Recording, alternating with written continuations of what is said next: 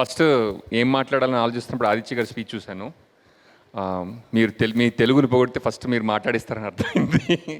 So నిజంగా గీత గారు మీ తెలుగు నిజంగా బాగుంటుంది అని ఫిక్స్ అయిన వెంటనే భీమ్స్ గారి స్పీచ్ విన్నాను. ఆయన తెలుగు చాలా బాగుంది. నాకు ఆయన రాంబాబు పాట నుంచి నాకు ఆయన మ్యూజిక్ అంటే ఇష్టం ఈరోజు కలగడం జరిగిందనమాట.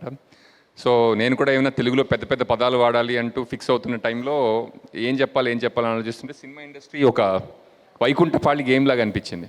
అంటే ఒక ఫ్రైడే సినిమా హిట్ అయితే నిచ్చినెక్కి పైకి వెళ్తాం, ఒక ఫ్రైడే సినిమా ఫ్లాప్ అయితే పాము మింగిస్ కిందకి వెళ్ళిపోతాం. కాబట్టి సినిమా ఇండస్ట్రీ అనేది ఒక పరమపద సోపాన పటం, భీమ్స్ గారి భాషలో చెప్పాలంటే. ఈ సినిమా ధమాకా అనేది నాకు తెలిసి అదేదో వైకుంఠపాళ్ళలో కింద నుంచి పైకి వెళ్ళిపోయి నిచ్చెన ఒకటి ఉంటుంది కదా, అలాంటి నిచ్చెన ఈ ధమాకా అనమాట. ఈగలు కూడా అలాంటి నిచ్చెన అవుతుందని నాకు చాలా చాలా నమ్మకంగా ఉంది. అండ్ నాకు కొంతమంది డ్యాన్స్ చేస్తుంటే మనకు చూడబుద్ధి అవుతూ ఉంటుంది, కొంతమంది డ్యాన్స్ చేస్తుంటే మనకు కూడా డ్యాన్స్ చేయబుద్ధి అవుతుంటుంది.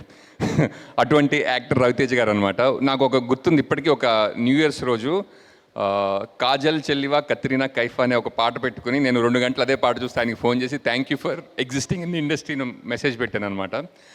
అంతే ఎంతూజియాసంతో డ్యాన్స్ చేసే నటి శ్రీలీల. ఇప్పుడే ఇందాక ఈ రాజీగో పాట చూసినప్పుడు కూడా నాకు అదే ఫీలింగ్ అబౌ. అంటే ఒక మంచి యాక్టర్ అండ్ యాక్ట్రెస్ ఉండి ఒక మంచి మ్యూజిక్ డైరెక్టర్ సాంగ్ ఉంటే ఆ సాంగ్ ఎన్ని కాలాలు నిలుస్తుంది అనడానికి ఇలాంటి పాటలు నాకు నిదర్శనం అనమాట. నేను కొన్నాళ్ళు రవితేజ గారు యాక్టింగ్కి ఫ్యాన్ని. అది ఈగల్ సినిమా షూటింగ్ అయ్యేంత వరకే. ఈగల్ సినిమా షూటింగ్ స్టార్ట్ అవ్వగానే నేను ఆయన మంచికి కూడా ఫ్యాన్ అయ్యాను. అంటే ఆయన అలా కనిపిస్తారు కానీ చాలా స్పిరిచువల్ మంచి అని నా ఫీలింగ్. అంటే ఏ విషయాన్ని ఎంతవరకు ఆలోచించాలి, ఎంతవరకు వదిలేయాలి, అంటే నిజంగా లైఫ్లో బుర్రను ఎంతవరకు వాడాలో అంతవరకు వాడి ఆనందంగా పనిచేస్తూ అందరినీ ఆనందంగా చూసుకునే మంచి ఆయన. I'm a big fan of your personality also sir. And నాకు ఈ అవకాశం ఇచ్చినందుకు విశ్వప్రసాద్ గారికి thank you so much sir. అంటే చాలా ప్రొడక్షన్ హౌసెస్ మనం సినిమా చేసి వెళ్ళిపోతూ ఉంటాం, కానీ నాకు విశ్వప్రసాద్ గారు ఎప్పుడు పరిచయం అయ్యారో నాకు గుర్తులేదు. It's been such a long journey with him and it's almost become like a home banner for me also. And Karthik గారు థ్యాంక్ యూ.